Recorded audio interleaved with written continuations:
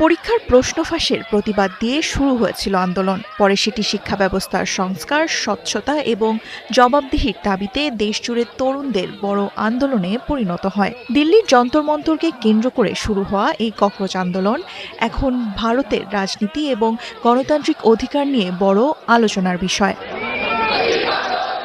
আন্দোলনের সময় বিজেপি শাসিত কয়েকটি রাজ্যে অনেক শিক্ষার্থী ও তরুণকে আটক করা হয়, অনেকের বিরুদ্ধে মামলাও হয়। তবে ভারতের সুপ্রিম কোর্ট 18 বছরের কম বয়সী আটক সবাইকে মুক্তি দিতে নির্দেশ দিয়েছে। আন্দোলনের চাপ এবং বিরোধীদের সমালোচনার পর কয়েকটি রাজ্যে গ্রেপ্তার হওয়া শিক্ষার্থীদের ছেড়ে দেয়া এবং তাদের বিরুদ্ধে করা মামলা তুলে নেওয়ার উদ্যোগ নিয়েছে।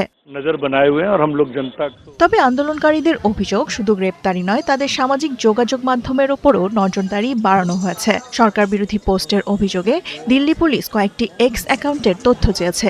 আন্দোলনে অংশ নেয়া অনেকের ইনস্টাগ্রাম অ্যাকাউন্টও পর্যবেক্ষণে রাখা হয়েছে বলে অভিযোগ রয়েছে। এমনকি এআই ব্যবহার করে আন্দোলনকারীদের শনাক্ত করার অভিযোগও উঠেছে। যদিও সরকারের দাবি, আইন শৃঙ্খলা রক্ষা এবং জননিরাপত্তার জন্যই এসব ব্যবস্থা নেওয়া হয়েছে।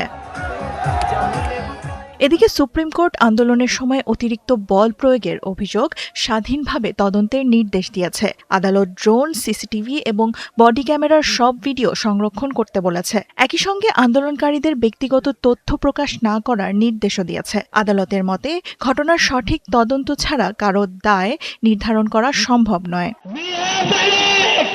অন্যদিকে আন্দোলনের নেতারা বলছেন, এখনো সব মামলা প্রত্যাহারের বিষয়ে সরকারের লিখিত প্রতিশ্রুতি তারা পাননি। তাদের দাবি, সমালোচনা করাকে অপরাধ হিসেবে দেখা উচিত নয়।